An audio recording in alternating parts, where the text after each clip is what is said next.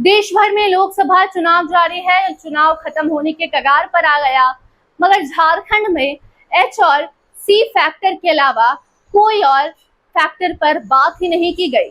जी हाँ, झारखंड में 14 लोकसभा सीटों पर चुनाव होने हैं। ऐसे में अब आखिरी मतदान जो है वो 1 जून को होगा।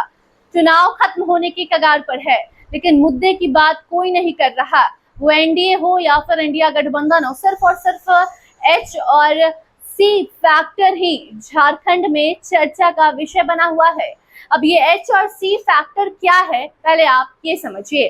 तो देखिए, झारखंड में एक तरफ जहां एनडीए के लिए चुनाव प्रचार प्रसार करने नरेंद्र मोदी, अमित शाह से लेकर जेपी नड्डा तक पहुंच चुके हैं, वहीं दूसरी तरफ इंडिया गठबंधन की अगर हम बात करें तो इंडिया गठबंधन का मोर्चा संभाले हुए हैं तेजस्वी यादव। वो बिहार की बात हो या फिर झारखंड की बात हो, झारखंड में भी कई बार तेजस्वी यादव जा रहे हैं, जनसभा को संबोधित करते हैं। उनके साथ मुकेश सहनी भी कई बार नजर आ जाते हैं, लेकिन खास तौर पर तेजस्वी यादव, राहुल गांधी, प्रियंका गांधी, खड़गे, मल्लिकार्जुन खड़गे के द्वारा भी वहां कई बार जनसभा को संबोधित किया जाता है। और जब भी एनडीए के लोग हो या फिर इंडिया गठबंधन के नेता हो, कोई भी झारखंड जा रहा है तो सिर्फ और सिर्फ एच और सी फैक्टर पर बात कर रहा है।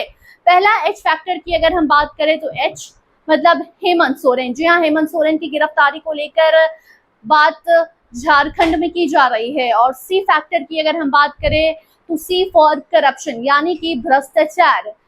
हेमंत सोरेन जेल में बंद है, हेमंत सोरेन का मुद्दा उठाया जा रहा है। अगर एनडीए के वरिष्ठ नेता वहां पहुंच रहे हैं तो वो बता रहे हैं कि कैसे हेमंत सोरेन आज जेल में बंद है। ऐसे ही एक एक करके जितने भी भ्रष्टाचार करने वाले नेता हैं वो जेल में बंद हो गए। हाल ही में 34 करोड़ से ज्यादा कैश झारखंड के मंत्री आलमगीर आलम के निजी सचिव के नौकर के घर से बरामद हुआ। इसको लेकर भी एनडीए हर दफा सवाल उठाती है और कहती है कि ईडी और सीबीआई का काम क्या है। ये अगर विपक्ष जानना चाहती है तो आपको काम का जो असर है ये अगर देखना है तो झारखंड के पूर्व मुख्यमंत्री हेमंत सोरेन का हाल देखिए, दिल्ली के मुख्यमंत्री अरविंद केजरीवाल का हाल देखिए।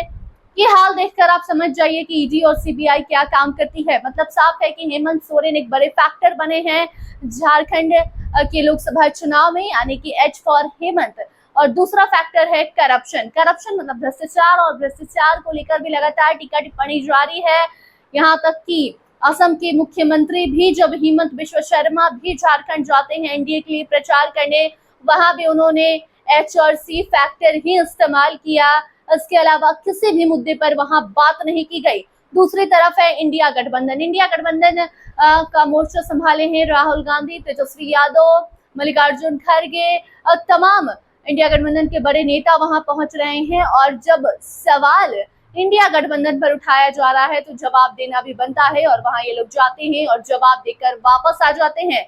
लेकिन हेमंत सोरेन और करप्शन, इसके अलावा किसी भी मुद्दे पर बात नहीं की जाती है। जबकि अगर चुनावी मुद्दे की बात हो तो बेरोजगारी है, महंगाई है, विकास है, कई सारी योजनाएं हैं, लेकिन इन योजनाओं पर, इन मुद्दों पर बात नहीं की जाती है। और सिर्फ एच और सी फैक्टर पर बात करके नेता वहां से चले आ रहे हैं। झारखंड में भी 14 सीटों पर चुनाव हो रहे हैं। ऐसे में सिर्फ और सिर्फ अब एक चरण बाकी है।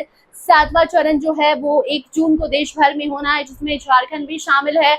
और ऐसे में चुनाव बीत गया, लेकिन मुद्दे की बात झारखंड में किसी ने नहीं कि सिर्फ और सिर्फ एच और सी फैक्टर पर नेता जाते हैं और बात करके वापस आ जाते हैं। और वहां की जनता को सिर्फ एच और सी फैक्टर के जरिए ही लुभाने की कोशिश भी की जा रही है, और जो जनता है वो गोलबंद भी हो रही है।